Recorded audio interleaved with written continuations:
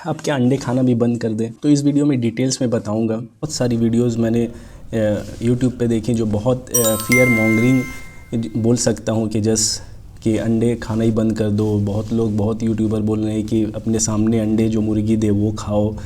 Even ऐसे videos मैंने देखी जिन्हें बहुत सारे इन्फ्लुएंसर को ये भी नहीं पता है कि नाइट्रोफ्यूरॉन्स है क्या, उसे नाइट्रोफ्यूरॉन को ही ड्रग बोल रहे हैं। बहुत लोग FSSAI को गाली दे रहे हैं कि जब ये बैंड है तो क्यों 1 माइक्रोग्राम को परमिसिबल रखा है। उसके बारे में बताऊंगा ये क्यों, ये कन्फ्यूजन भी क्यों है। तो कंप्लीट क्लैरिटी दूंगा इस वीडियो में। मैं भी ये काफ़ी थोड़े दिन हो गए इस कंट्रोवर्सी को आए हुए, तो वीडियो को पूरा देखना। एग्जैक्टली बताऊंगा कि क्या सच में अंडे इतने रिस्की हो सकते हैं कि इससे कैंसर हो जाए। जो नाइट्रोफ्यूरॉन्स है ये एक कोई ड्रग नहीं है, ये क्लास ऑफ एंटीबायोटिक्स है। नाइट्रोफ्यूरॉन्स, नाइट्रोइमिडाजोल्स, ये क्लास ऑफ एंटीबायोटिक्स है। इसके अंदर में बहुत सारी एंटीबायोटिक्स आती हैं। लाइक नाइट्रोफ्यूरॉन्स में नाइट्रोफ्यूरॉन-टॉइन एक एंटीबायोटिक है जो आज भी फर्स्ट लाइन ऑफ थेरेपी है UTI में। ड्रग ऑफ चॉइस है UTI को ट्रीट करने में, ह्यूमंस में यूज़ होती हैं। देन फ्यूराजोलिडोन है। देन अगेन और भी एंटीबायोटिक्स है। देन नाइट्रोइमिडाजोल्स में हम आ जाती हैं, टिनिडाजोल है, मेट्रोनिडाजोल है। ये सब एंटीबायोटिक्स आती हैं इस क्लास ऑफ ड्रग में। तो इन एंटीबायोटिक्स को अब हेंस में, मुर्गियों में, पोल्ट्री में क्यों यूज़ किया जाता है कि उन्हें इन्फेक्शंस होने का चांसेस रहता है। उससे बचाने के लिए इन एंटीबायोटिक्स को चिकन में, पोल्ट्री में यूज़ किया जाता है। अब क्यों यूज़ होता है कि ये एंटीबायोटिक्स बहुत सस्ती होती हैं, बहुत इकोनॉमिकल होती हैं और ये काम भी काफ़ी अच्छा करती हैं। तो आज से करीब 20-25 साल पहले बहुत धड़ल्ले से यूज़ होती थी। इवन यूरोप, अमेरिका में भी बहुत एक्सटेंसिवली यूज़ किया जाता था। तो ये क्लास ऑफ एंटीबायोटिक्स का जो मोड ऑफ एक्शन है वो है जेनोटॉक्सिसिटी, मतलब DNA को डैमेज करता है ये बैक्टीरिया के, और उसको देन बैक्टीरिया को मार देता है। इस तरह से ये इन्फेक्शन को प्रिवेंट करता है पोल्ट्री में। तो इस वजह से देखा गया कि ये क्लास ऑफ एंटीबायोटिक्स कार्सिनोजेंस है। तो इस वजह से इस क्लास ऑफ एंटीबायोटिक्स को बैन कर दिया गया यूरोप, अमेरिका में। इवन इंडिया में भी ये बैंड एंटीबायोटिक्स है। अब जो ये कंट्रोवर्सी हुई, इन्होंने पाया कि 0.73 माइक्रोग्राम पाया, और बहुत सारे यूट्यूबर मैंने देखा कि बोल रहे हैं कि क्यों FSSAI ने, food safety and standards authority of India ने इसको 1 माइक्रोग्राम पर kg अलाउ किया हुआ है।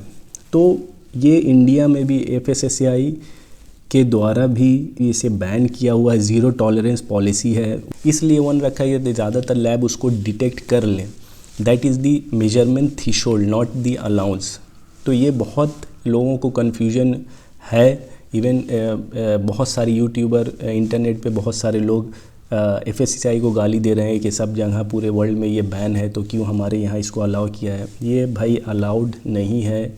हमारे यहाँ भी ये बैंड एंटीबायोटिक्स है। इवन कि बहुत बड़े बड़े इन्फ्लुएंसर को मैंने देखा ये चीज़, वो बोल रहे हैं कि हम सस्ती चीज़ प्रेफर करते हैं, इसीलिए हमारे यहाँ ये अलाउड नहीं है। इसलिए उसको 1 माइक्रोग्राम पर kg वो लिमिट दी गई है कि ज़्यादातर लैब उसको डिटेक्ट कर लें। इवन जो इसका LOQ है, लैब डिटेक्शन लिमिट है, वो भी 0.4 माइक्रोग्राम है। तो 1 इसलिए रखा गया कि एब्सोल्यूट ज़ीरो तो कोई लैब डिटेक्ट नहीं कर सकता है, इसीलिए उसको 1 रखा गया है। अगर इससे नीचे भी कोई लैब डिटेक्ट करता है तब भी दैट इज़ ऑल्सो, वो माना जाएगा कि इसमें बैन एंटीबायोटिक्स का कंपनी ने यूज़ किया है और उसके खिलाफ लीगल एक्शन लिया जा सकता है। तो स्टिल यहाँ भी ज़ीरो टॉलरेंस पॉलिसी है FSSAI की। तो ये एक चीज़ है। अब जो इन्होंने 0.73 माइक्रोग्राम पर kg जो पाया है, तो क्या ये इतना ही डेंजर है कि आप ह्यूमंस में कैंसर प्रोड्यूस करें?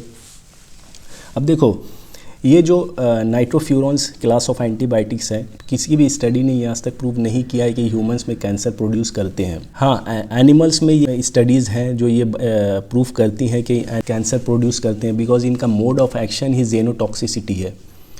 तो एनिमल्स में ये कैंसर प्रोड्यूस करते हैं, और वो भी जो बेंचमार्क कैंसर डोज है एनिमल्स में वो 3.5 mg, यहाँ ध्यान देना, mg पर kg पर डे है।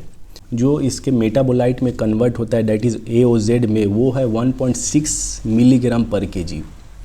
और यहाँ एक एग में इन्होंने पाया है 0.73 माइक्रोग्राम।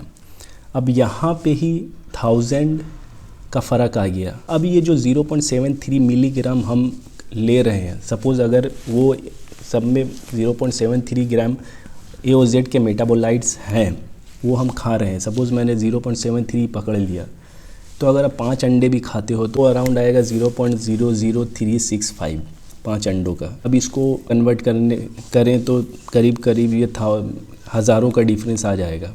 मतलब अगर हम मान भी लें कि ये मेटाबोलाइट्स कैंसर प्रोड्यूस करते हैं, तब भी ये जो लिमिट है उसमें भी हज़ारों का डिफरेंस आ जाएगा। तो ये तो बात एकदम से अब दिमाग से निकाल दो कि ये एग्स खाने से कोई भी आपको कैंसर जैसी बीमारी हो सकती है। कोई भी मतलब इसका दूर दूर तक भी कोई चांस भी नहीं है कि ये कैंसर प्रोड्यूस कर सकता है ह्यूमंस में। पहले तो कोई स्टडी ही नहीं है जो ये प्रूफ करती हो कि ह्यूमंस में ये कार्सिनोजेनिक है। तो ये आप एकदम दिमाग से निकाल दो कि भाई ये एग्स खाने से कैंसर हो सकता है। बहुत सारे इन्फ्लुएंसर बोल रहे हैं कि ये एग मत खाओ, एग खाना छोड़ दो। कुछ इन्फ्लुएंसर बोल रहे हैं कि सामने जो मुर्गी अंडा दे वो खाओ, कुछ बोल रहे हैं देसी एग खाओ, ऑरेंज एग खाओ। तो भाई ये सब यही वजह होती है कि थोड़ा सा लिटिल नॉलेज होने से लोग यही सब बातें बोलते हैं और इतनी कॉन्फिडेंटली बोलते हैं कि लोग डर जाते हैं। इसमें बहुत बड़े बड़े इन्फ्लुएंसर ने FSSAI को भी गाली दे रहे हैं। बहुत सारे बड़े बड़े इन्फ्लुएंसर, मैं नाम नहीं लेना चाहता हूँ, बट उन्हें ये नहीं पता है कि ये मेज़रमेंट थ्रेशोल्ड है जो उन्होंने जो एक बेंचमार्क सेट किया है कि ये यहाँ तक ये एक डिटेक्शन की लिमिट है, वो परमिसेबल लिमिट नहीं है, अलाउंस नहीं है कि इस यहाँ तक अगर अवेलेबल होगा, यहाँ तक अगर प्रेजेंट होगा तो ये परमिसेबल है। वो मेजरमेंट की थ्रेशोल्ड है ताकि ज़्यादातर लैब उसको डिटेक्ट कर सके। वो मैक्सिमम रेसिड्यू लिमिट नहीं है जो लीगल हो, परमिटेड है। वो MRPL minimum required performance limit, वो अमाउंट होने से ही लैब उसको डिटेक्ट कर पाएगा। अब ये अलग बात है कि कुछ लैब उससे नीचे भी डिटेक्ट कर लेते हैं। तो आई होप कि कुछ कन्फ्यूजन दूर हुई हो, वीडियो से कुछ क्लैरिटी मिली हो, अच्छा लगा हो तो वीडियो को लाइक करना, चैनल को ज़रूर से सब्सक्राइब करो। फिर मिलेंगे नेक्स्ट वीडियो में। टिल देन वर्कआउट करते रहो, अच्छा खाओ और हेल्दी रहो। बाय।